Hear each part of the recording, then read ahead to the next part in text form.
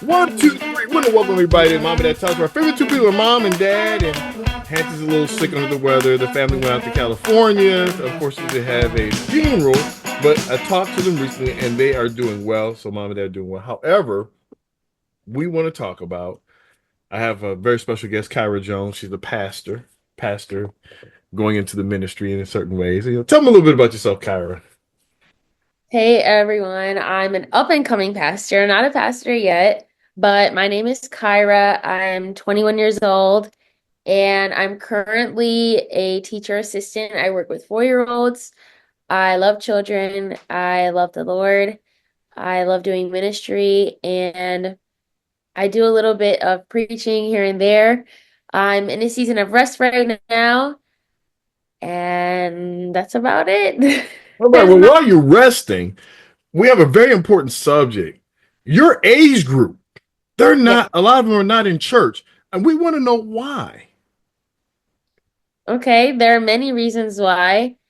I know one big reason could be that church is not um Don't have to be it's politically just correct. not they say it's not for them Okay. anymore. Either they're leaving the faith because they felt pressure from their parents or pressure from the older people in the church to look a certain way Hmm. or dress a certain way, act a certain way, and they feel a lot of pressure that they just don't want to have on them. So they leave the church when they're older. Hmm. Many of them are swayed by everything that we are tempted by in the world. You know, everything that everyone talks Yeah, about. yeah, that worldliness is something, isn't Yes, it is. it? And it is a fight.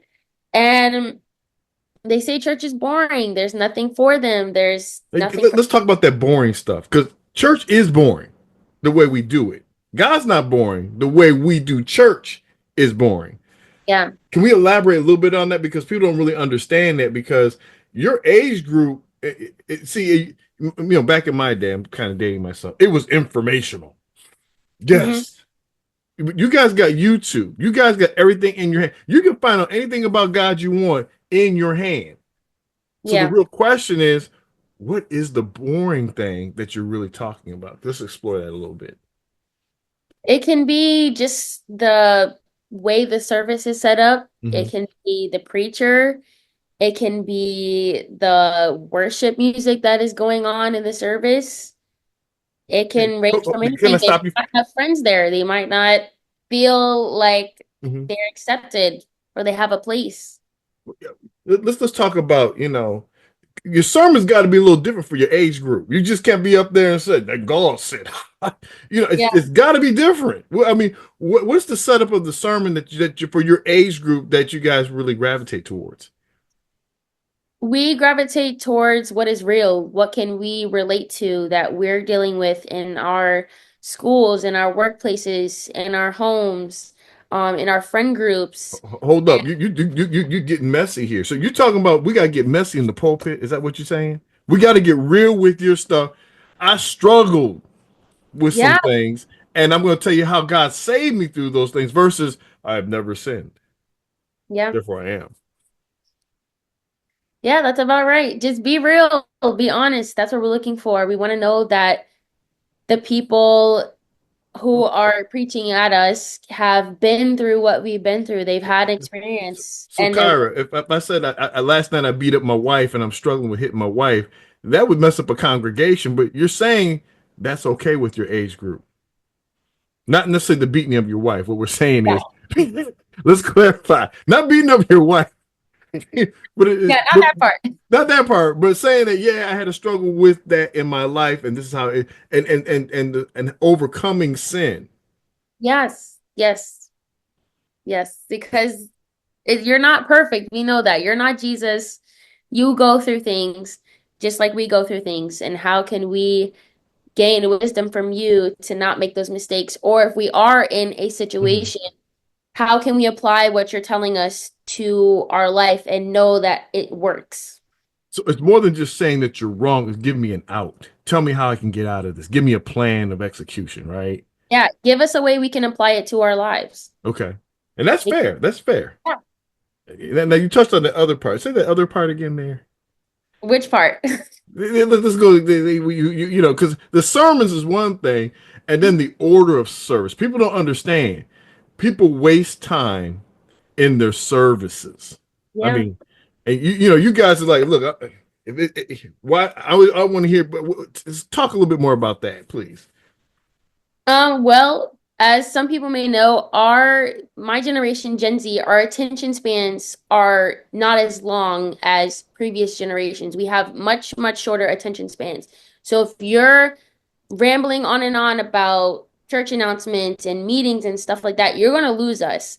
If the order of service is not flowing, if it's not something that's easily like it's able to transition smoothly, you're gonna lose us. You're gonna see us maybe talking to our friends that we might be sitting next to. You're gonna see us grab our phones because it's not captivating and it might be sad, but it's our reality. It's just we need to have stuff that you can grab us and have our attention. And how can you hold that attention? How can you shift Mhm. that?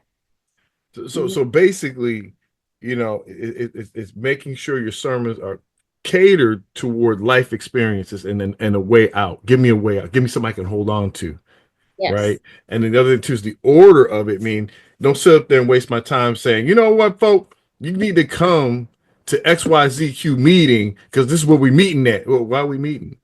And then you're gonna be up there for 15 minutes rambling, and you'll be like, I checked out. So don't waste announcements. So basically, pretty much is probably very simple service, singing and preaching. Yeah, I mean, if you, of course, you have your general church announcements for, the information the church needs to have, but But um, that shouldn't be your focal point in the service. yeah, like put up a good old graphic with all Yeah. the information we need, like, and take advantage of the technology because we're all on it. So if you make something catchy, something that's easy to look at, has all the information we need, then there's Mhm. really no need to elaborate for like 5 minutes on What, just, what if we just text you? Is that all right? Hey, this text you the announcement. yeah, Flash. I mean, you're okay with that? Like this is what our church is doing. Would you yeah, like? I mean, because I know I work with some of your generation. I'm a little analog. What does that mean? I talk on the phone, and you're not really a talking on the phone generation. It's like just text me. yeah, just send the info. About three texts, I'm calling you. I try to compromise. I said about three texts, you're getting a call from me. Hey, what's up?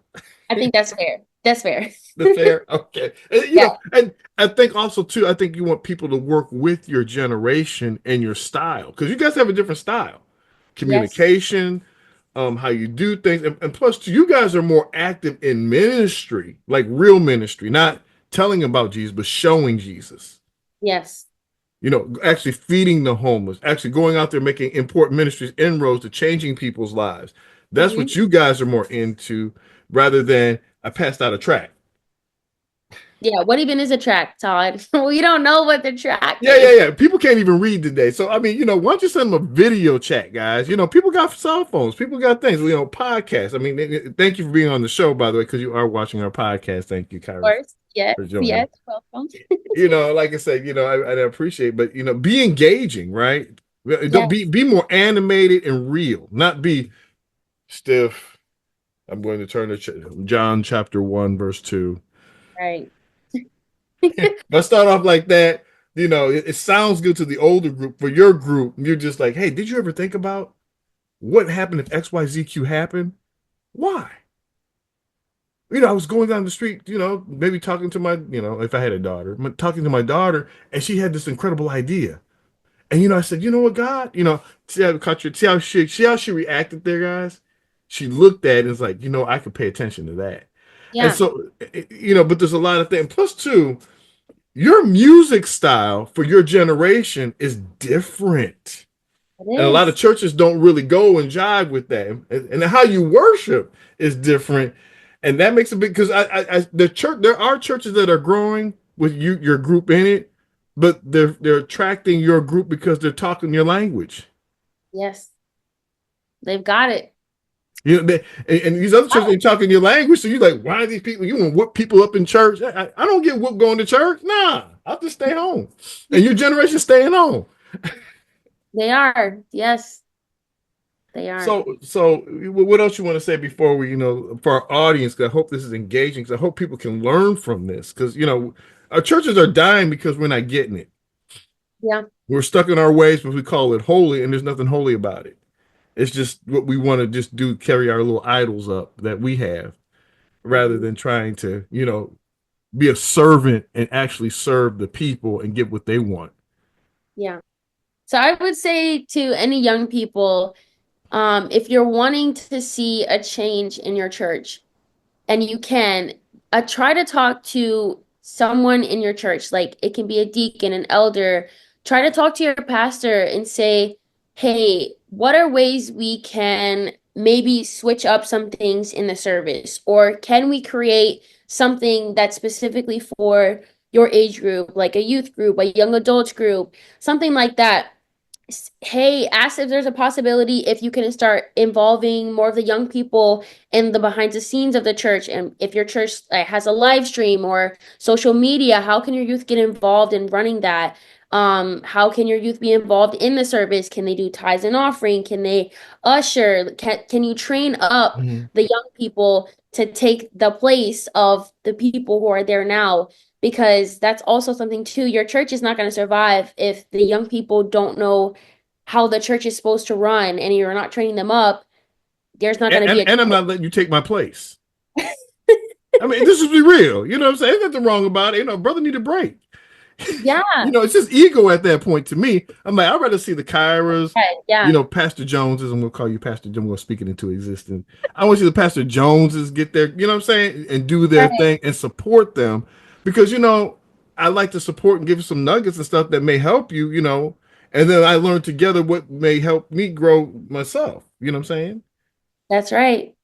Or, and just being real, since we talked about being real, Yeah. if your church, if you feel like you're not being fed to the extent that you need to be fed with the word, Hmm. if you're not being discipled in your church, it's okay to take a break and explore other churches because there might be a church out there Hmm. that will give you the amount of food that you need, a spiritual food.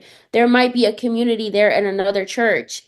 And who knows, maybe one day Hmm. you can start going back to the church you were at and incorporate some of the stuff that you've learned and Hmm. try to make a difference. That's a Oh possibility. man. Yes, that's a loaded one right there, Kai. We're gonna have to have a whole nother subject on that one, bring you Oh, back here. But before we go, that discipleship, you said something very important. yeah. Discipleship. Because your group, you don't like big crowds, you like one-on-one. One-on-one or small groups. I Yeah. personally like, I mean, I like any community because I'm a big community person. I like to be around people. Hmm.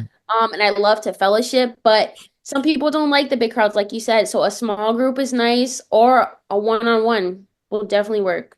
Because I've noticed that with your age group, hey Hmm. man, why don't you come to my church? No, no, no. But you know what? I'll call you up and talk one-on-one. You'll talk to me for a minute.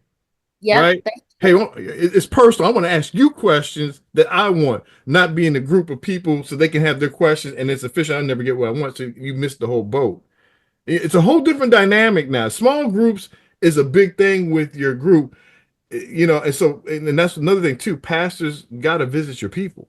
You want your pastor to know your name, not have a big crowd like, who are you, such and such daughter? And they don't want that anymore. The large church era, if it's going to track, it's going to turn you off. Your group is know me by name, have a personal relationship with me, and see how the smile's going here. If you can see on the radio, whatever, it's the smile is happening. These are the things that actually will help you. And sorry, help, pastors, you are in charge. This is your church. These are your people. They want to know their pastor. That's where Yeah, they're at. And you can't be doing official stuff. They want you to be real with them. They want to know that you're a real person. And that's what I got gathered from you. Is there anything I said? Anything else before we go, Kyra? that's about it. Just like you said, a pastor should know their flock. You're the shepherd. And like, if we want to talk biblical examples, a shepherd back in the day, they knew their sheep. They know how their sheep act. They know what their sheep are going to do. They have a connection. They have more than a surface level relationship with their sheep. Mm. Well, folks, we're gonna leave it at that.